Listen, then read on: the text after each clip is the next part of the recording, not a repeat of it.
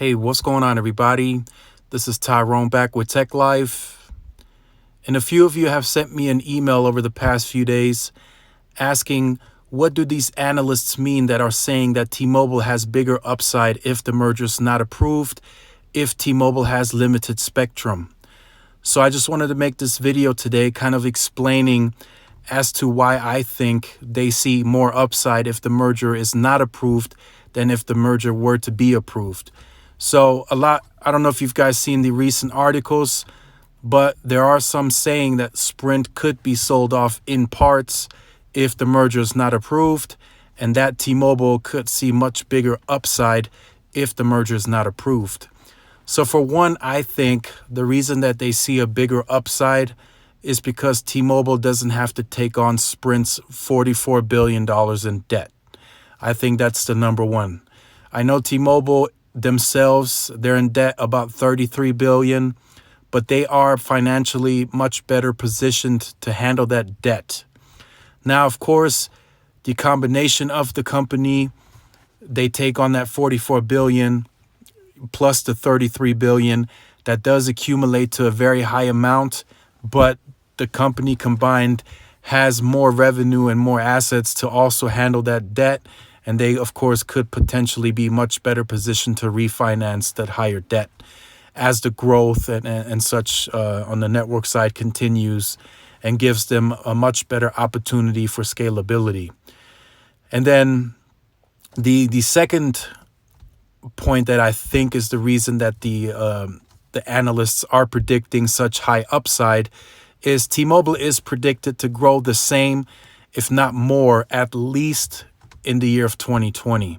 So the numbers that we've seen T-Mobile post in 2018, 2019, T-Mobile is predicted to grow the same, if not more, at least through the year 2020. So that's another huge upside. So T-Mobile continues to grow, keeps the same level of debt, grows the revenue, grows the profits. Does the network lack? Yes.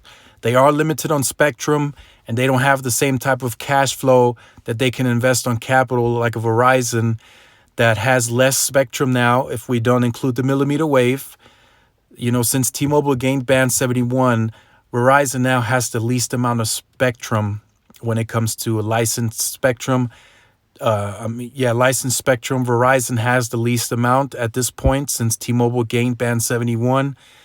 And Verizon has double, if not triple, the amount of customers, and they still maintain their network because they had to invest on much more infrastructure in terms of cell sites and small cells just to keep the network running because they are limited on spectrum. T-Mobile can't do that at the same level because they're not spending the same. T-Mobile, I predict, would maybe increase their capital investment by maybe 10-20% roughly, and that's a big maybe. But if not, they would probably continue spending at the same level that they've been spending since 2016, which is around between the $5 to $6 billion mark. So that's where they feel comfortable. They've been feeling comfortable at that level. If you guys remember, that whole 100% of that capital investment for T-Mobile goes into wireless. They don't have any other divisions or segments that they need to fund at this time, other than maybe a little bit of money going to T-Vision. But I don't see that rolling out at a fast pace just yet. So that's just those are the first 2 points that I think people are seeing huge upside.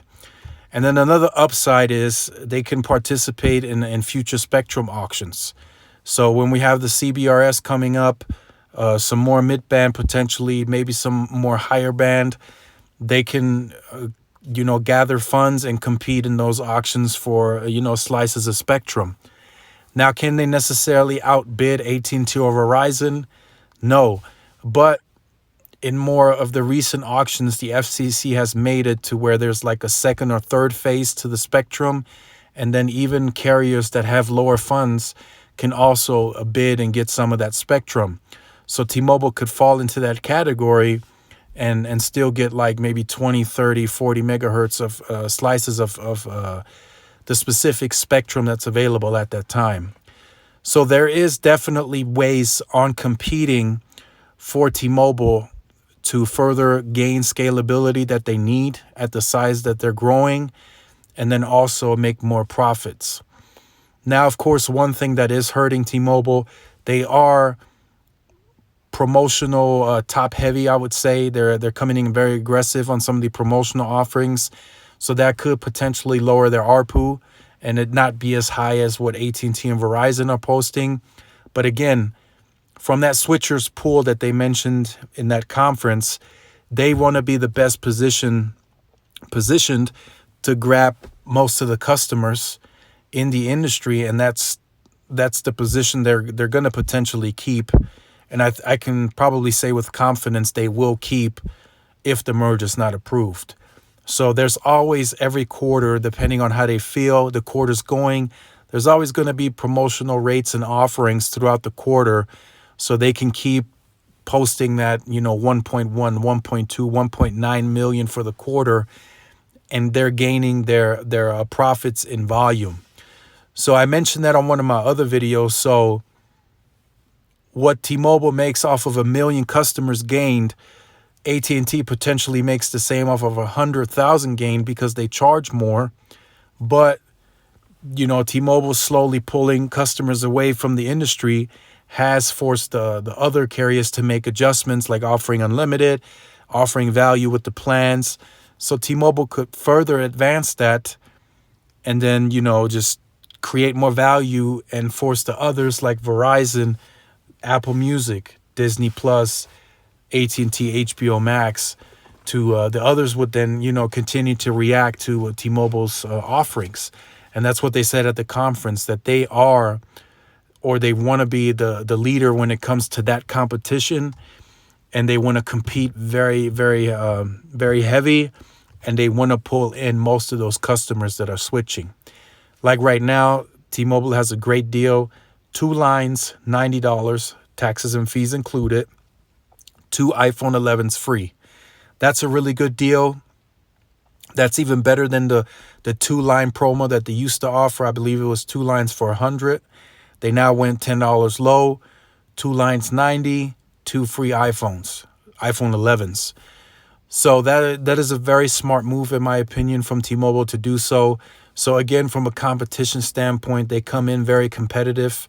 They have the leading promotion in the with the 2 lines $90, and it's making it just that much tougher for AT&T and Verizon to pull from the switchers pool from all the people that are looking to switch. Especially now that we have 5G coming up and more carriers are marketing 5G now nationwide. So people are looking for, promotional deals and always looking for phone deals. So, T-Mobile is always at the top of the list when it comes to the promotional offerings or the deals.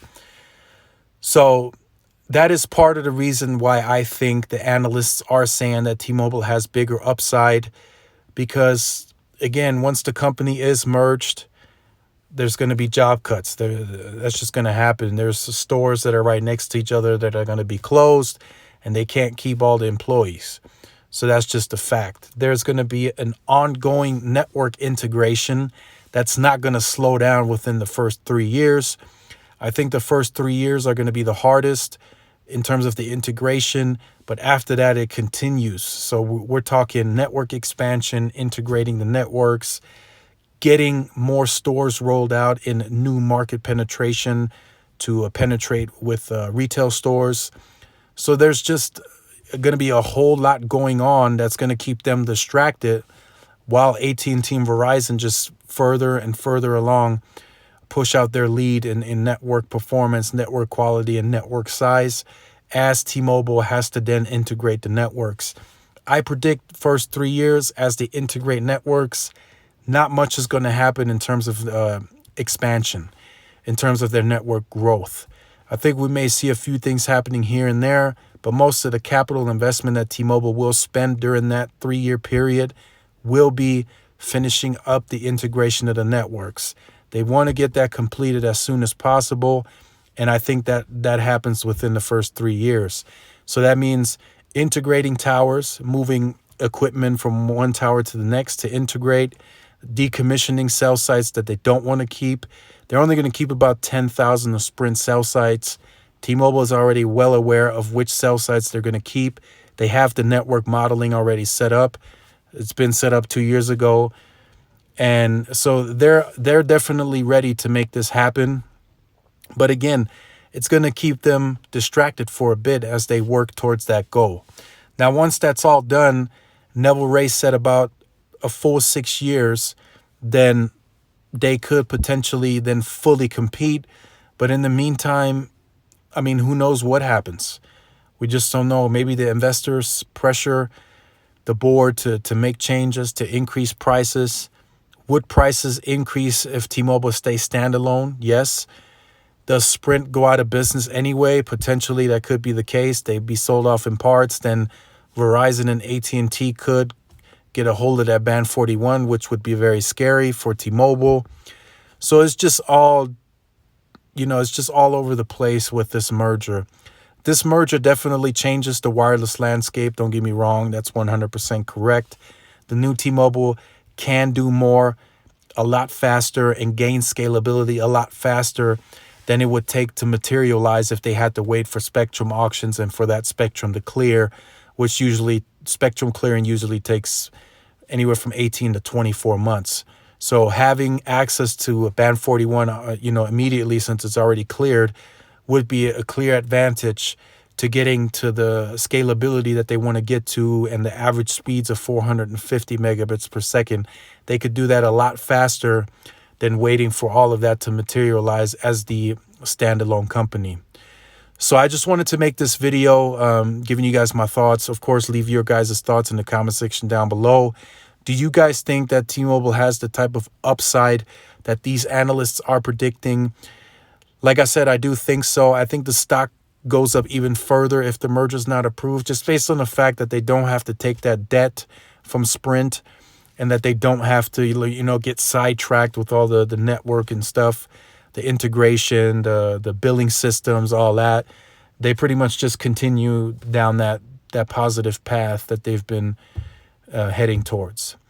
So if you are new to the channel, make sure you like, share, subscribe.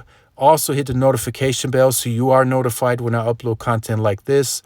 Also follow all of the Tech Life social media outlets for more updates.